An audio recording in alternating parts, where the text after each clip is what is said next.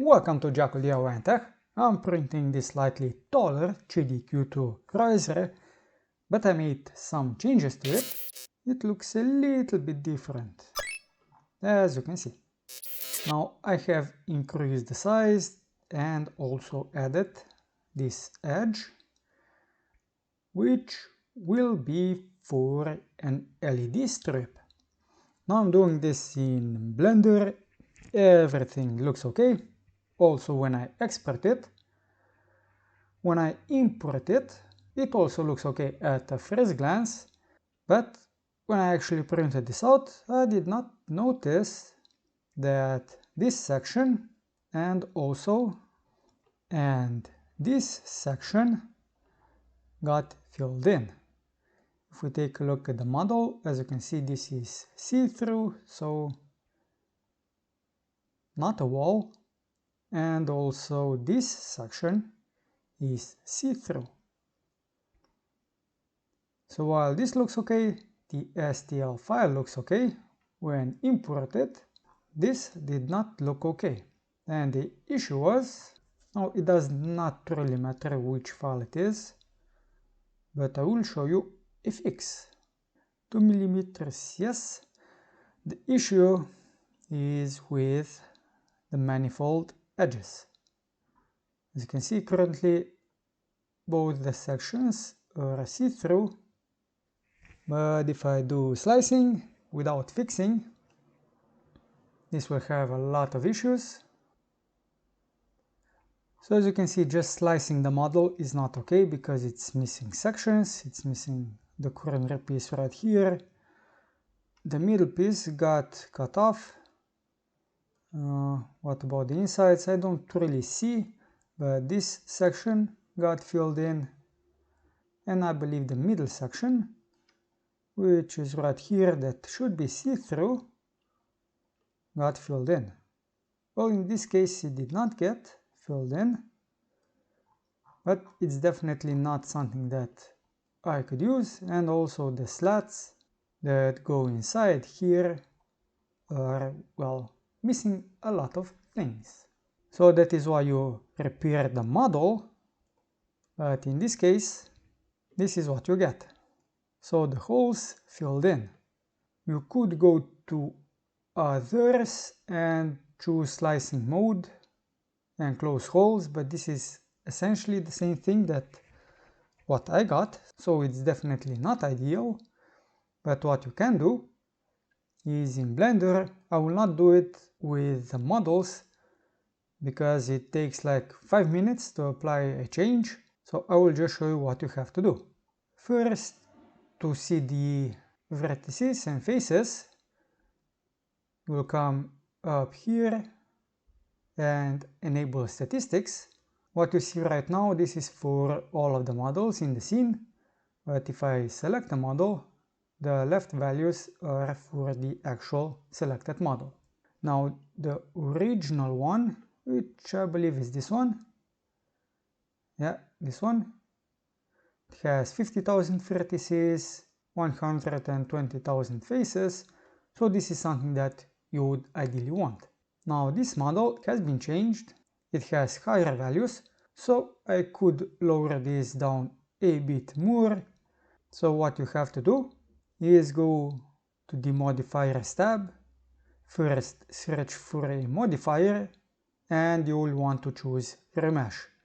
By default, voxel will be selected, this is what you want, but you want to change the voxel size way down, way down, so you lower the values of the vertices and also the faces. In this case it's still too high, but good enough for me. Now this will still make it so that the value is quite high, probably in a few million faces and vertices, and that's why you use another modifier and just type in decimate. Decimate will be applied. You have to apply the decimate after remesh. Select collapse, and ratio I've set here to 0.01. And as you can see, this one shows you the faces, so you do not have to enable statistics if you just want to see how many faces you have. But I went from 25 million to 400,000. So a big difference. Oh, also, what does voxel actually do? I believe it applies a bunch of tiny cubes on the mesh, and this is very computing intensive. That is why you have to decrease the size way down. Now this is in meters and the models are in millimeters, so that is why the voxel scale has to be scaled down. And then the collapse, well, you'll just want to have as few faces as possible while still having a smooth looking model. Previously I just used STL, which worked fine, but when I tested it out with higher values of remesh and decimate, I export this as a true MF. Blender does have this option, but you have to enable it, so go to Edit, Preferences, Get Extension, and simply type in 3D, and you should be able to see 3MF, and simply click Install when you find the plugin. You also have this option, 3D Print Toolbox, but this did not work for me. You basically select the model, use Check All, and then make manifold. But this destroyed the model for me, so this was not an option, at least in this case.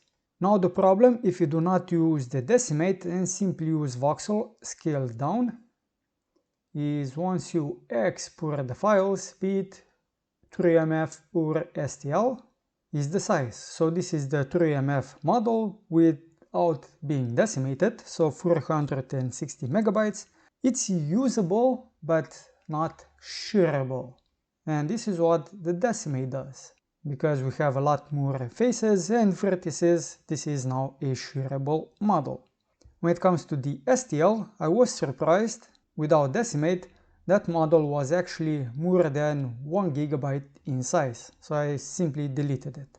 But now that I know that 3MF is a thing in Blender, I'll simply be using this. And now let me show you what's actually the issue with the model that I've printed. The first thing, when I change the size or the height of this one, I forgot to change the height of this one.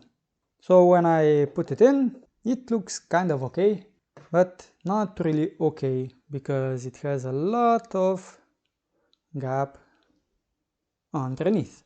That's when it immediately hit me, oh yeah, I increased the size of the box, but not the size of this one. So I printed a different one, as you can see, like 1 centimeter higher.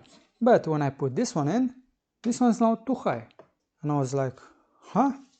Let me double check the height when I applied the changes, because I basically lined up the holes, but now the hole doesn't go all the way down. And I was like, how can that be? And then I took a second look. As you can see, this wall is solid, like 2 centimeters down, and I did not bother removing the supports, but I also have some supports underneath. So I would say this section right here is solid.